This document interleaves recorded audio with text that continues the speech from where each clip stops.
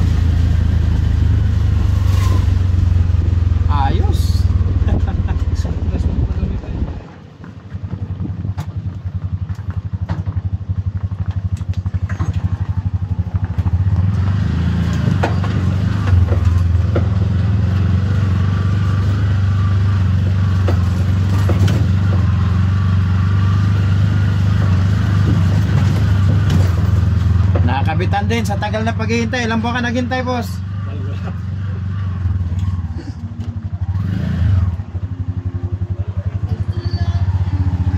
Yan. Opya. Yan. Ano, boss? Ano ang assessment mo? Okay ba, okay? Satisfied. Another satisfied customer, mga boss. Maraming salamat. Ingat. God bless.